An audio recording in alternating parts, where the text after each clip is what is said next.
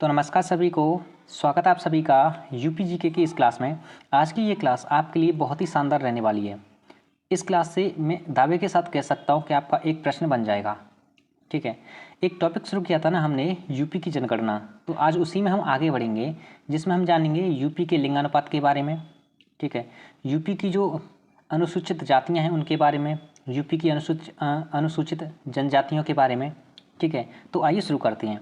सबसे पहले आपके मन में एक सवाल आएगा कि आखिरकार ये लिंगानुपात होता क्या है। तो देखिए, लिंगानुपात को अगर मैं बता दूं, 1000 पुरुषों पर स्त्रियों की जो भी संख्या होती है उसे ही लिंगानुपात कहते हैं। ठीक है, लिंगानुपात का सूत्र आपसे पूछे तो ये है, इसे याद कर लेना। ठीक है, वैसे सूत्र का कोई मतलब नहीं रहेगा क्योंकि सूत्र आज तक किसी भी परीक्षा में पूछा नहीं गया है। ओके, अब हम बात करेंगे कि 2011 की जनगणना के अनुसार आपसे प्रश्न पूछा जाएगा कि 2011 की जनगणना के अनुसार यूपी का जो लिंगानुपात है, उत्तर प्रदेश का जो लिंगानुपात है वो कितना है। तो आपका आंसर होगा 912 महिलाएं कितने व्यक्तियों पर 1000 व्यक्ति पर।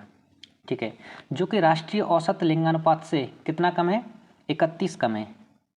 जो अपने भारत का लिंगानुपात है ना, अपने संपूर्ण भारत का, वो कितना है, 943 महिलाएं कितने व्यक्तियों पर, 1000 व्यक्तियों पर। तो यूपी का जो लिंगानुपात है वो भारत के लिंगानुपात से कितना कम है, 31 कम है। ठीक है, आप माइनस करके देख लेना, 43 में से 12 जाएगा तो कितना बचेगा, 31 है।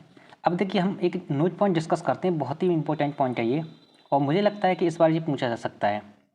देखिए, 2001 में जो यूपी का लिंगानुपात था वो था 898 महिलाएं कितने पुरुषों पर, 1000 पुरुषों पर। लेकिन 2011 में कितना है, 912 महिलाएं। 898 से 912, तो कितने की वृद्धि हुई है, तो 14 की वृद्धि हुई है। यानी इन 10 साल में कितना लिंगानुपात बढ़ गया हमारा, 14। ओके, अब देखिए यहाँ से अब कैसे प्रश्न पूछेंगे, एक वन लाइनर अप्रोच में आपसे पूछेगा कि सर्वाधिक लिंगानुपात वाला जिला कौन सा है। अब तक तो ये मैंने बेसिक जानकारी बता दी, लेकिन जहाँ से 99% पॉसिबिलिटी रहेगी प्रश्न पूछने की, तो इस टाइप से पूछेगा कि देखिए, प्लस का मतलब होता है सर्वाधिक और माइनस का मतलब होता है न्यूनतम। आपसे समझ लेना, आपसे पूछेगा कि सर्वाधिक लिंगानुपात वाला जिला कौन सा है। तो आपका आंसर होगा जौनपुर, 1024 महिलाएं कितने पुरुषों पर, 1000 पुरुषों पर। ओके, उसके बाद आता है दूसरे नंबर पर आजमगढ़, और तीसरे नंबर पर आता है देवरिया। यहीं पर आपसे अगर दूसरा प्रश्न ये पूछे कि सबसे कम लिंगानुपात वाला जिला कौन सा है, तो आपका आंसर होगा गौतम बुद्ध नगर। गौतम बुद्ध नगर कितनी महिलाएं हैं, 851 महिलाएं कितने व्यक्तियों पर, 1000 पुरुषों पर, 1000 पुरुषों पर। उसके बाद है बागपत और हमीरपुर। ओके, ये तो हुआ हमारा वयस्क लिंगानुपात। अब हम बात करें शिशु लिंगानुपात। देखिए, शिशु लिंगानुपात कितने वर्ष की आयु तक काउंट किया जाता है, तो 0 से 6 वर्ष की आयु तक। ओके, 2001 में जो शिशु लिंगानुपात था वो था 916, लेकिन 2011 में कितना है, 902।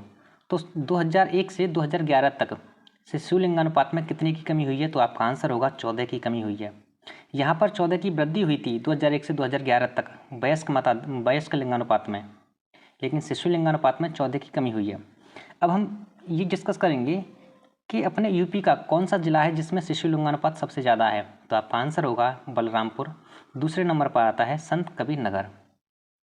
ओके, अगला प्रश्न आपसे पूछा जा सकता है कि अपने यूपी का न्यूनतम शिशु लिंगानुपात वाला जिला कौन सा है, न्यूनतम शिशु लिंगानुपात वाला जिला। तो आपका आंसर होगा बागपत, कितना है, 881। उसके बाद है दूसरे नंबर पर गौतम बुद्ध नगर, तीसरे नंबर पर है गाजियाबाद। ओके, ये होगा हमारा लिंगानुपात पर, और मुझे नहीं लगता कि इससे बाहर आपसे कोई भी प्रश्न पूछे। आइए अब हम जानेंगे उत्तर प्रदेश की अनुसूचित जातियों और जनजातियों के बारे में। देखिए, अब हम बात करेंगे यूपी की अनुसूचित जातियों के बारे में। 2011 की जनगणना के अनुसार तो कितनी जनसंख्या है इनकी, 4,13,57,608।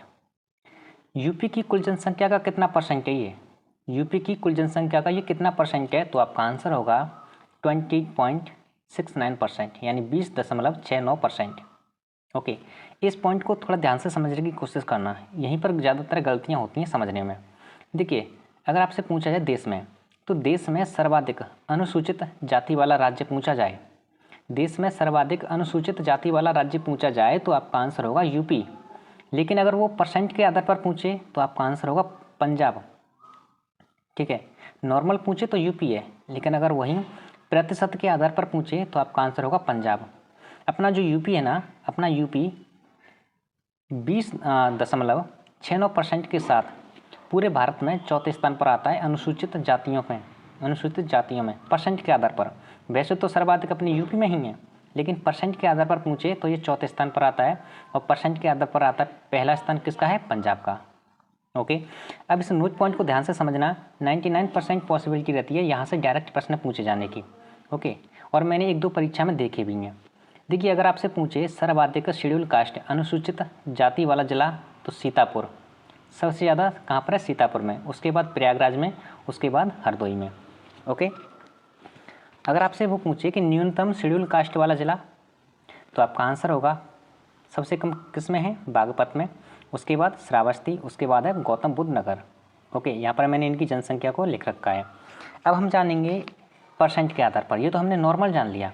अगर एग्जामिनर आपसे, देखिए अब एग्जामिनर भी चालू हो गए हैं, नॉर्मल तो सब याद कर लेते हैं, वो आपसे पूछेगा कि शेड्यूल कास्ट में जनसंख्या के सर्वाधिक परसेंट वाला जिला कौन सा है, तो आपका आंसर होगा कौशाम्बी। परसेंट के आधार पर सबसे ज़्यादा जनजाति कहाँ किस जिले में पाई जाती है, कौशाम्बी में, उसके बाद सीतापुर में। ठीक है, परसेंट के आधार पर न्यूनतम जनसंख्या पूछे, परसेंट के आधार पर न्यूनतम जनसंख्या वाला जिला पूछे, कौन सी जनसंख्या, अनुसूचित जातियाँ वाला। ओके, तो आपका आंसर होगा बागपत, उसके बाद बरेली। ठीक है, आई होप आप यहाँ तक अच्छे से समझ गए होंगे। अब देखिए कि नोट पॉइंट यहाँ पर मैंने बहुत अच्छे से लिखा है, जिसे समझना आपके लिए बेहद ज़रूरी है। देखिए 2011 की जनगणना के अनुसार जो शेड्यूल कास्ट है ना, अनुसूचित जातियाँ, इनका लिंगानुपात कितना है, 907। कितना है, 907। और सर्वाधिक लिंगानुपात वाला जिला कौन सा है, तो आजमगढ़ होगा। कौन सा, आजमगढ़।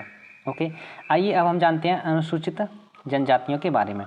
देखिए 2011 की जनगणना के अनुसार अगर अनुसूचित जनजातियाँ यानी ट्राइब्स की बात करें, शेड्यूल ट्राइब्स की बात करें, तो अब उसकी जनसंख्या है, तो इनकी जनसंख्या है 11,34,273। ओके, परसेंट के आधार पर देखी जाए तो कितनी है, 0.75%। 0.75%।